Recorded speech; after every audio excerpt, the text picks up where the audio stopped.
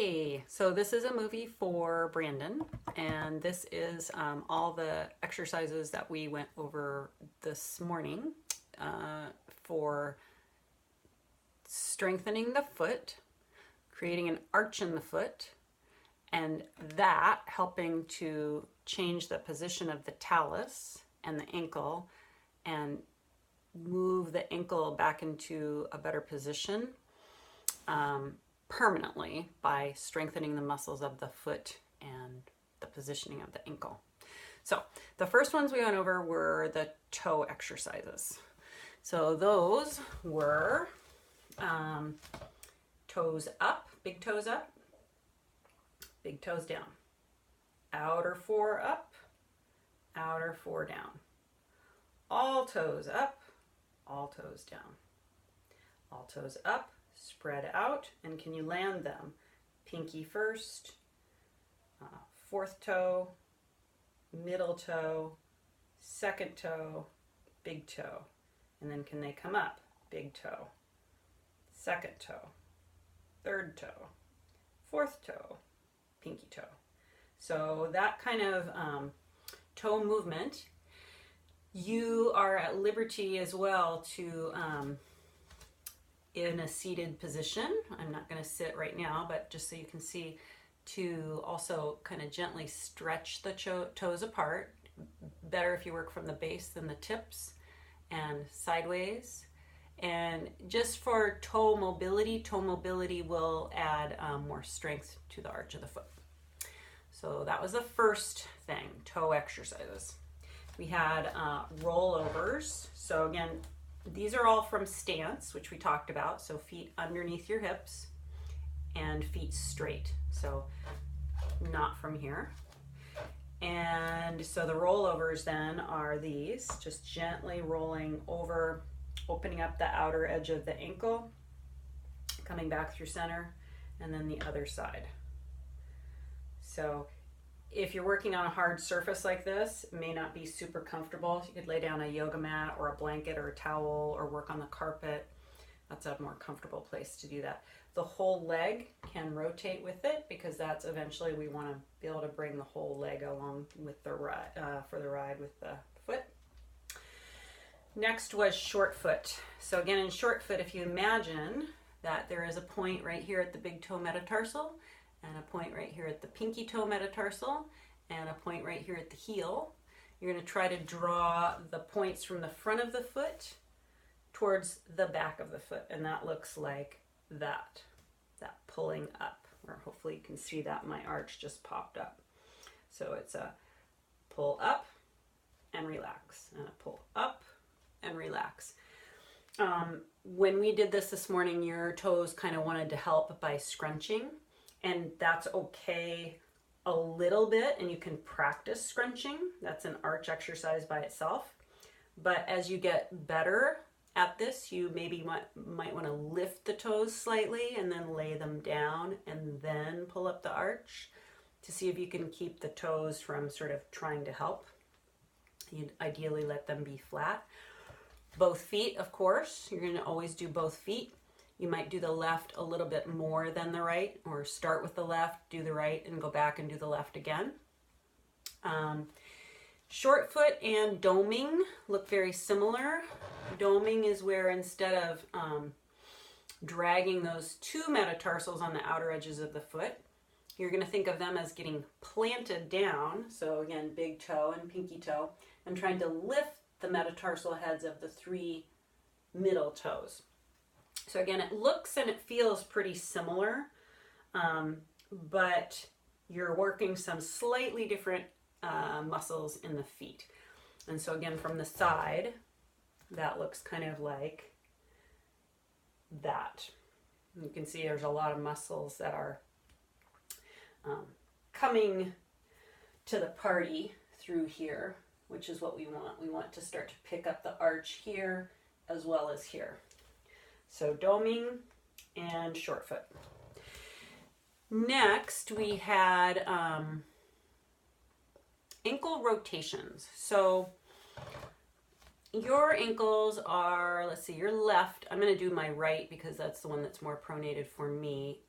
Your left is kind of more like that, and that looks kind of like that on the side. So what you're going to imagine is that the foot itself has almost like a question mark shape. So that would start here, and it would go around the outer edge of the foot and draw back down and kind of tighten back into the heel. So that kind of looks like from a pronated state of pulling back this way and tightening into the heel like that. So overdoing it would look something like this, where you get the ankles too wide and the ankle bones have kind of pulled up and rotated too far. We're just looking for neutral. So it's not going to be bad to go a little past neutral, but you're only really looking to get to neutral from your pronated state. So just practicing that, bringing that ankle into alignment again underneath the foot or underneath the hip with the straight legs. And as you practice that, then you can practice as well slightly loading that. So I'll do this from the side again. Or here, I'll do my left foot so you can see. So that would be straightening out the foot, making sure your feet are in line with your hip joints. You're going to take the foot from its pronated state, pull up the arch, center the ankle, and then just very light loading. Can you hold that arch and take the knee? For you, you're going to take it just very slightly wide of your second or middle toe. So just deviate a little bit wide. And you're just going to load really lightly. And again, I'd do left first and then right and then do left again and do, 4 or 5. You're just going to watch yourself in a mirror and make sure you don't lose that arch or go into pronation. You're trying to stabilize outside of pronation. Tibial rotation. Okay, so tibial rotation, you're already doing some tibial rotation exercises that your PT gave you, so definitely keep up with whatever your PT gives you. But you can add to it. In a seated position, you can sit at a chair or on something low, doesn't matter. Lower limb is out a little ways, heel is on the floor, foot is elevated off the floor. You're going to turn the lower leg out, but be careful that you're not taking the upper leg with it, right? We're just going to stabilize the upper leg. You're going to rotate the tibia, so the foot will move too, but you're looking for the tibia to turn. And then external rotation is where we're usually good. We're going to take it from external rotation to internal rotation. And again, we're making sure the tibia is turning.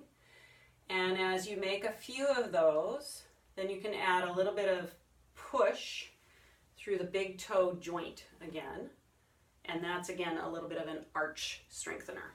So we're going to add to tibial rotation a little bit of arch work. So, and again, you might do left, right, left, so the left gets a little bit more.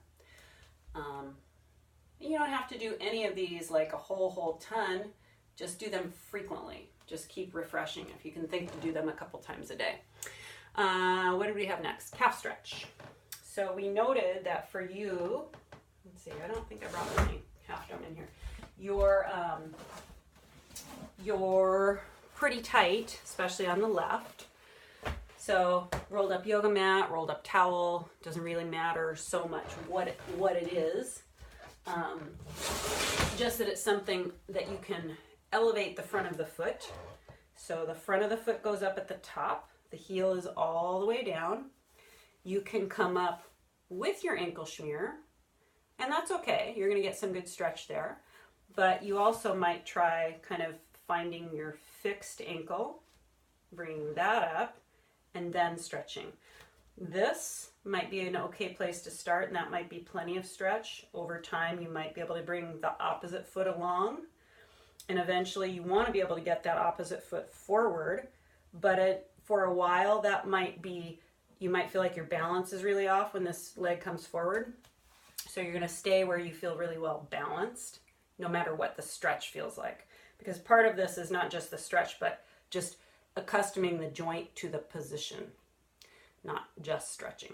So in the stretch, you can move a bit. You can roll the foot out. You can even roll it a little bit in. And then at the end, when you're about ready to be done with that side, you can add to that a little knee bend. So that's a little soleus stretch. Again, watching that, maybe seeing if you can, again, not bend kind of like that, but keep the ankle and the arch supported and make your knee movement from there. Both sides, again, obviously, you're going to always do both sides. And again, I started on my right because I have to work more on my right, but you might start on your left, do your right, and then go back and do your left again. So we have then kneecap release, which we went over, and you were able to get in a seated position, but standing was a little tricky. And again, that kneecap release is the ability to take the knees and bring the kneecaps up, but also to let them relax. So kneecap release. You can practice that again standing. If it's not happening standing, right, then you take it back to a position where you've offloaded your body weight, but the legs are straight, and see if you can get it happening there. As that gets easier, then you could take that to a position where maybe you're leaning against a wall, but you have some of your weight now loaded, and try it there. And when that gets easy, then you just sort of back yourself up the wall more and more until you can freestanding, okay? Last was double calf stretch. And double calf stretch looks an awful lot like the single calf stretch, but with 2 feet.